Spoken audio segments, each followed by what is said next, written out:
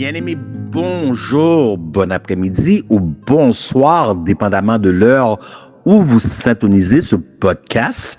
Donc, bien-aimés, c'est un podcast très spécial que nous avons aujourd'hui avec une invitée très spéciale aussi, puisqu'il y a quelques semaines de cela, je donnais une série de conférences sur le sujet particulièrement, mais c'est une chose que de donner des conférences, mais c'est tout à fait autre chose que d'avoir quelqu'un qui a vécu cette expérience en première ligne. Et voilà la raison pour laquelle j'ai une invitée spéciale aujourd'hui.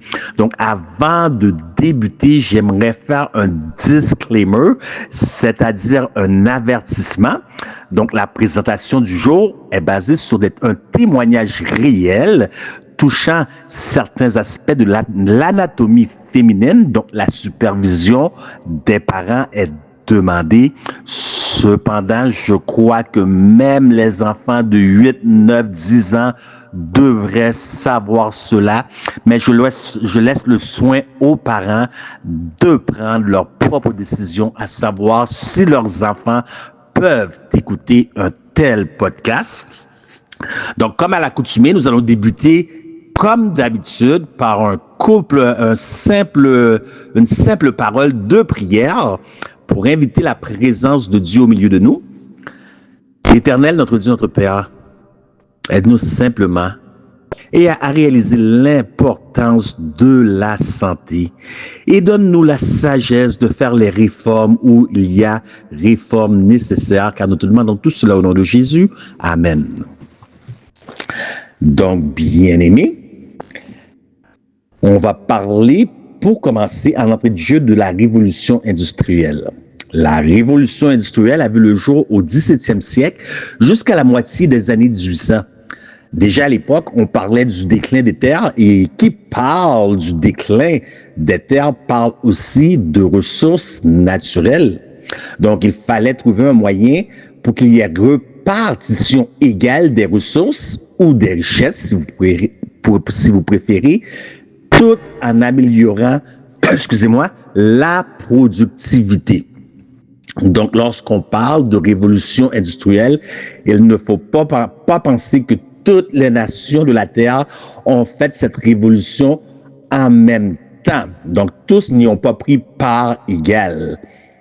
Donc, il a fallu voir le 19e siècle avant que des géants comme la Chine y participent. Et les États-Unis d'Amérique y ont participé uniquement au tournant du 20e siècle. Donc, la question que probablement que vous posez chacun d'entre vous qui nous écoutez aujourd'hui, quelle est donc la relevance de tout ça en aspect santé?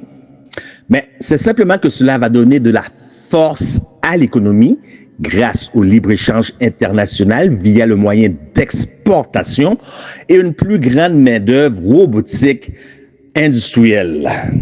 Donc, on a parlé de libre-échange via le moyen d'exportation et moi, je dis toujours acheter local. Et si il est question de nourriture, acheter local et manger en saison, de sorte que vous n'encouragez pas l'exportation, ok? Par exemple, on peut parler des aliments provenant bien loin, tels que les pays comme la Chine. Parce que vous savez, après avoir été compressé des semaines, voire même des mois dans un conteneur sur la chaleur métallique, il faut s'attendre qu'il y ait prolifération de bactéries. Voilà pourquoi les ministères missionnaires M3A Medical Missionary ont toujours encouragé les gens à acheter local et à se vêtir local et encourager l'entrepreneuriat local. Donc, avant de vous présenter mon invité cette semaine, j'aimerais vous donner des faits chocs à méditer. Donc, il y a 100 ans, ce que vous devez savoir, c'est qu'il y a 100 ans, 90% des produits que nous retrouvons sur les tablettes dans les épiceries n'existaient pas. De la sorte qu'il y a 100 ans, 90% des maladies que souffre l'humanité aujourd'hui n'existaient pas. Donc, je ne sais pas si vous êtes capable de voir la corrélation. Je crois que la corrélation est qu'assez facile à voir ici. Donc, je le répète pour vous, au cas où que certains d'entre vous l'aient manqué. Il y a 100 ans, 90% des produits qu'on retrouve sur les tablettes aujourd'hui dans les épiceries n'existaient pas. Il y a 100 ans, 90% des maladies que souffre l'humanité aujourd'hui n'existaient pas. Donc, est-ce que vous êtes capable de voir la corrélation? Cela a donc permis un réveil chez plusieurs personnes de différentes nations industrialisées de voir qu'il y avait un aspect santé entre une bonne alimentation et la santé, tout en comptant l'exercice physique pour le système lymphatique.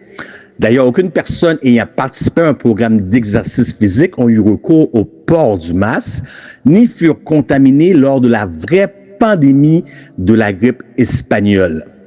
Je ne sais pas si vous trouvez pas ça un peu étrange que nos gyms ont fermé leurs portes lors de la C-19.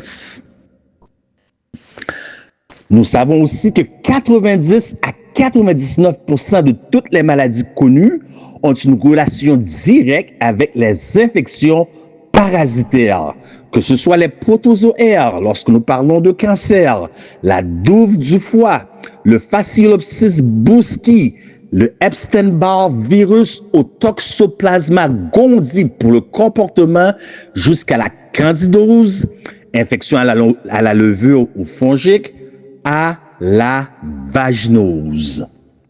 Donc, tout ce qui touche votre peau, bien-aimé, vous devez le savoir, tout ce qui touche votre peau a le pouvoir d'y rentrer, d'y pénétrer et jusqu'à l'échelle cellulaire, c'est-à-dire jusqu'au cytoplasme.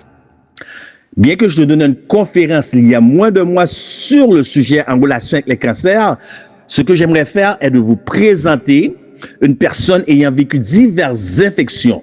Non pas, écoutez-moi bien, non pas par manque d'hygiène ou à cause d'une mauvaise alimentation, mais pour les raisons que j'ai mentionnées ci-dessus. Voyez-vous, la majorité des gens ont mis toute l'emphase sur une bonne nutrition et de l'exercice physique en matière de santé. Ils ont oublié qu'une réforme vestimentaire est aussi essentielle pour la santé. Donc, on a parlé de révolution industrielle, mais il a fallu attendre l'après-guerre pour voir l'émergence de l'industrie textile nous amener 3 types de vêtements. Donc, nous parlons premièrement du nylon, de l'acrylique et du polyester. Bien-aimé, la peau constitue le plus grand organe du corps et dans chaque organe se trouvent des cellules qui, eux, possèdent des organelles et la peau des cellules, ce sont les cytoplasmes. Donc, sans plus tarder, il me fait plaisir d'avoir avec nous, de vous présenter notre invité pour aujourd'hui, qui est nul autre que Mariko Blanchette de CocoRevolt.com. Donc, bonjour Mariko. Pour le bénéfice des auditeurs, pourriez-vous nous donner votre témoignage? Oui, bien sûr, avec plaisir. Donc, Mariko, vous m'avez parlé de prise d'antibiotiques dans le passé lorsqu'on nous sommes parlé, mais semble-t-il que ce n'était pas la solution. Quelle fut donc la grande découverte que vous avez faite qui a tout changé? Oui, exactement. J'ai pris pendant 5 années des antibiotiques de toutes sortes pour traiter mes problèmes d'infections multiples et ça l'a jamais donné aucun résultat. À la fin, mes infections revenaient à chaque fois. J'ai même pris un traitement de 1 an et demi avec 3 antibiotiques différents. Et aussitôt que j'ai eu terminé, les infections sont aussitôt revenues. J'ai eu ces problèmes d'infection pendant 10 ans. Et j'ai eu vraiment beaucoup de difficultés. Donc, je me suis rendu compte que ça a été tout causé par le papier de toilette. Et j'ai arrêté d'utiliser le papier de toilette. Ça fait maintenant presque 1 an que j'ai banni le papier de toilette de mes habitudes intimes. Et puis, depuis ce jour, je n'ai plus jamais eu d'infection, aucune sorte d'infection intime. Donc, Mariko, vous savez qu'il y a des sceptiques parmi nous, des gens qui croient que nous mangeons, buvons et respirons uniquement que des théories de conspiration. Pourriez-vous expliquer aux sceptiques là où vous ont amené vos recherches? Suite à cette découverte-là, en fait, je me suis mis à faire des recherches approfondies sur tout ce qui contient le papier de toilette et les problèmes de santé à long terme qui peuvent être reliés et les produits toxiques qui se trouvent dedans.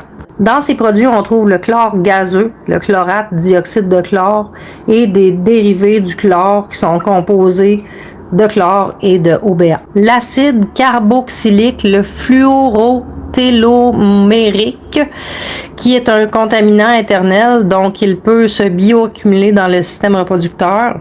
Cette substance, en effet, provoque une immunotoxicité rendant les mammifères plus sensibles aux pathologies et aux maladies infectieuses. On retrouve aussi les dioxines qui sont des perturbateurs endocriniens, sont associés à des effets inflammatoires.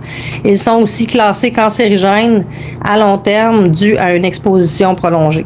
On retrouve aussi dans les papiers hygiéniques de qualité supérieure des parfums et des fragrances synthétiques. Malheureusement, ce sont des allergènes qui causent des problèmes gynécologiques majeurs et chroniques. Malheureusement, ça cause des réactions allergiques, des irritations chroniques, des vulvites, des brûlures, des démangeaisons, un déséquilibre du pH intime et qui est souvent en lien avec des vaginites, des vaginoses et des infections urinaires. On retrouve aussi des conservateurs et additifs chimiques.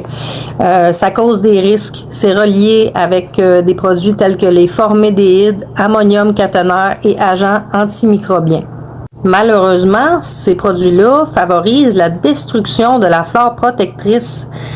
Ils causent la sécheresse des muqueuses et une sensibilité accrue aux infections.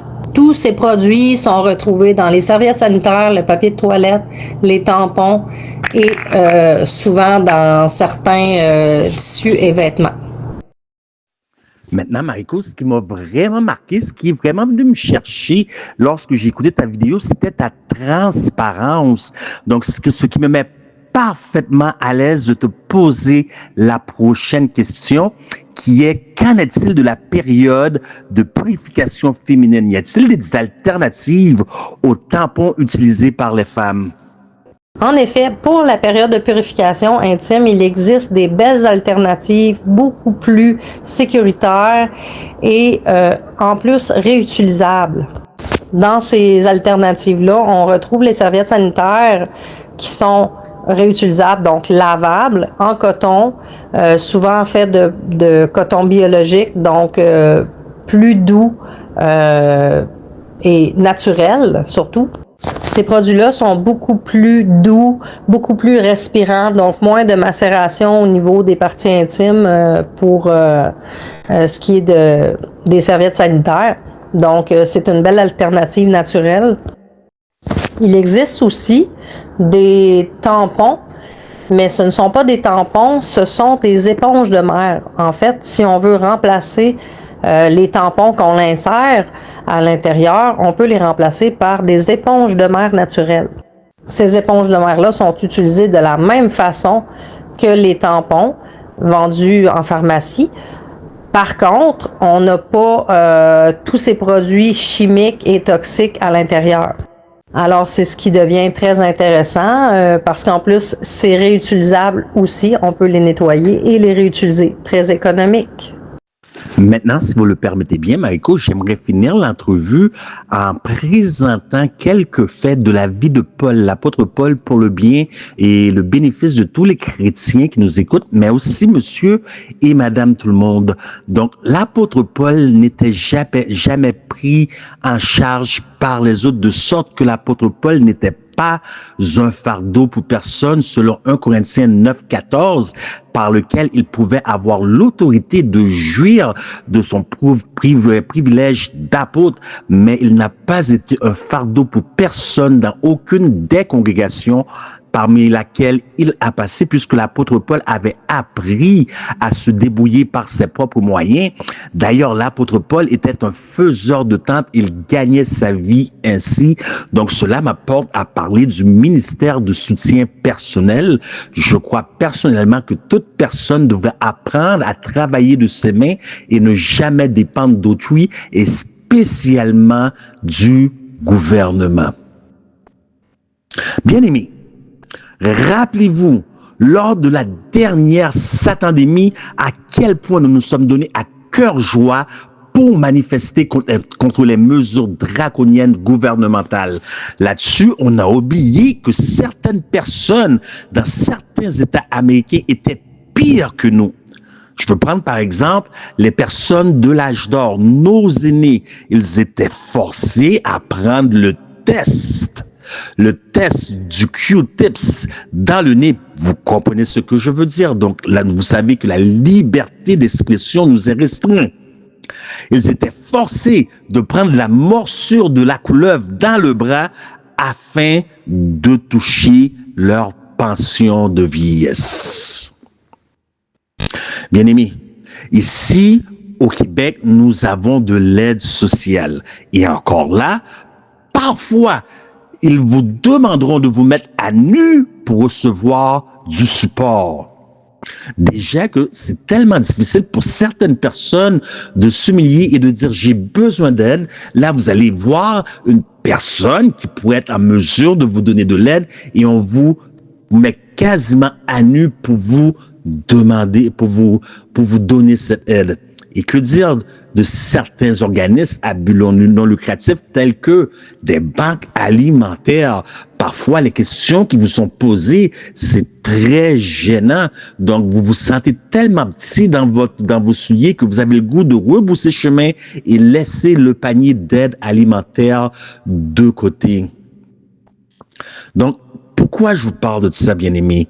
Parce que dès cette pandémie, ça ne fait que commencer. D'ailleurs, Bibi Gaga nous a dit, vous devrez vous préparer aux satandémies comme on se prépare à la guerre.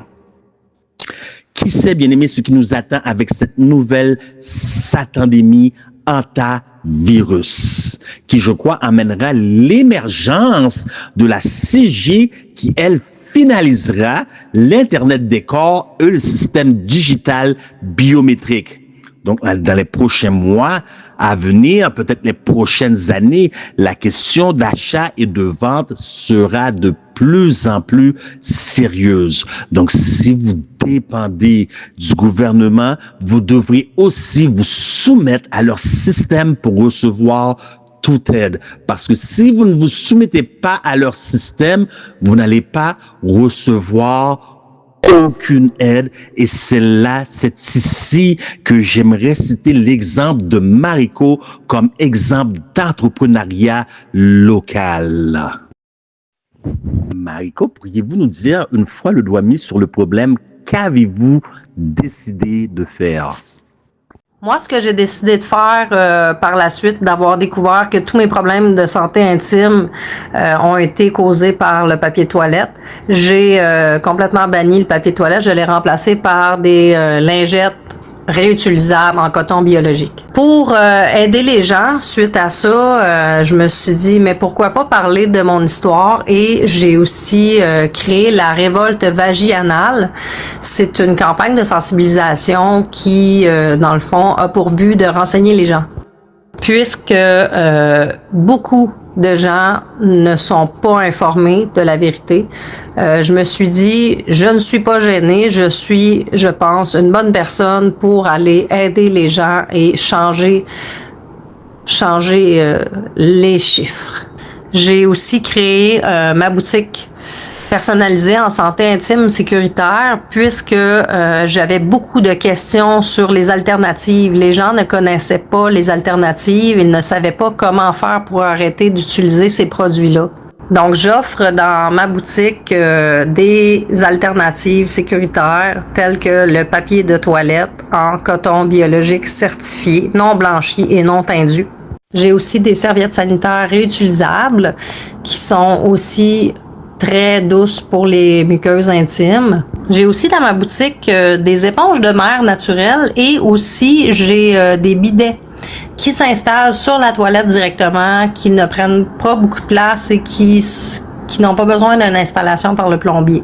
J'ai choisi de mettre des bidets dans la boutique parce que, dans le fond, quand on utilise un bidet, c'est un nettoyage à l'eau après avoir été aux toilettes. Et ce que ça fait, c'est qu'on obtient un niveau de propreté intime supérieur. Une hygiène intime supérieure en lien avec le bidet est vraiment nécessaire au point où on est rendu aujourd'hui au nombre de personnes qui ont des infections à répétition comme moi j'ai vécu. La principale fonction du papier hygiénique réutilisable, c'est d'éponger l'eau après savoir nettoyer à chaque fois qu'on va aux toilettes. Suite à mes vidéos de conscientisation, j'ai reçu des centaines et des centaines de témoignages qui sont venus me dire qu'ils avaient vécu et vivent encore même la même situation que moi. Donc, c'est pour cette raison aujourd'hui que je vais continuer à témoigner et à raconter mon histoire parce que c'est important que quelqu'un aide ces gens-là dans le bon sens du monde. En conclusion, bien aimés, nous avons considéré de nombreux aspects dans le domaine sanitaire et négligé les simples petits détails de tous les jours, puisque le commun des mortels va aux toilettes au moins une fois par jour. Donc, que Dieu nous aide à faire une réforme complète et que Dieu vous bénisse. C'était votre humble serviteur JL et Mariko Blanchette pour les ministères M3A Medical Missionary qui vous disent au revoir jusqu'à la prochaine chronique et surtout, n'oubliez pas d'aller visiter Coco Révolte et encourager l'entrepreneuriat local. Que Dieu vous bénisse.